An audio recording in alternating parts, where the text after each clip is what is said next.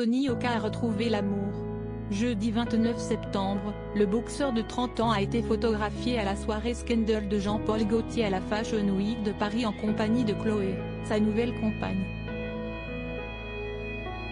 Celui qui avait été sacré aux Jeux Olympiques d'été de 2016 au Brésil, s'est affiché très complice avec sa dulcinée dans un look atypique notamment composé d'une veste sans manches sans rien en dessous, laissant ainsi apparaître ses nombreux tatouages.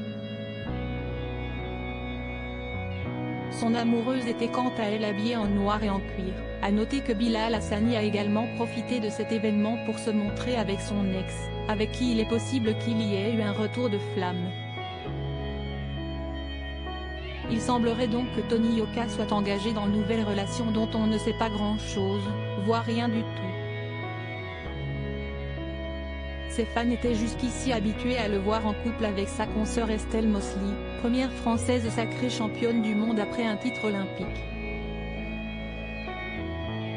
Mais il avait annoncé sa rupture avec la sportive en novembre 2021, après plusieurs années de vie commune et un mariage en 2018. Une page qui se tourne aujourd'hui. J'aimerais faire une annonce qui n'est pas simple. Estelle et moi sommes divorcés depuis quelques mois maintenant. Si est une page qui se tourne. Nous avons partagé de grands moments, à jamais gravés dans nos mémoires et notre histoire. Je ne lui souhaite que du bonheur car si est une belle personne et une grande championne, avait déclaré Tony Yoka.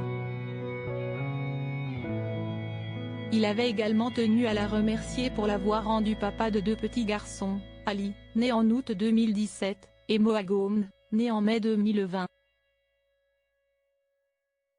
Je voudrais la remercier pour toute cette période de notre vie et d'avoir mis au monde nos 2 magnifiques enfants.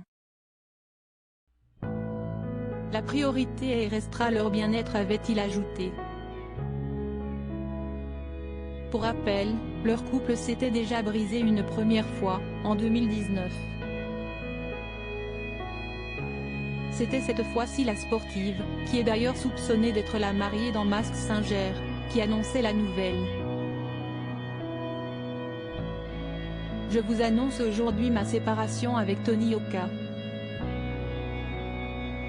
Cette décision, quelle qu'en soit la raison, est une décision douloureuse. Mais la femme que je suis ne peut que rester fidèle à ses valeurs et à son éducation. Nous avons vécu le meilleur comme le pire et vous entendrez peut-être derrière cette annonce des choses vraies, certainement aussi des choses fausses, expliquait-elle, en annonçant également la naissance de son 2e enfant. Ils s'étaient rabibochés par la suite avant donc de se séparer pour de bon.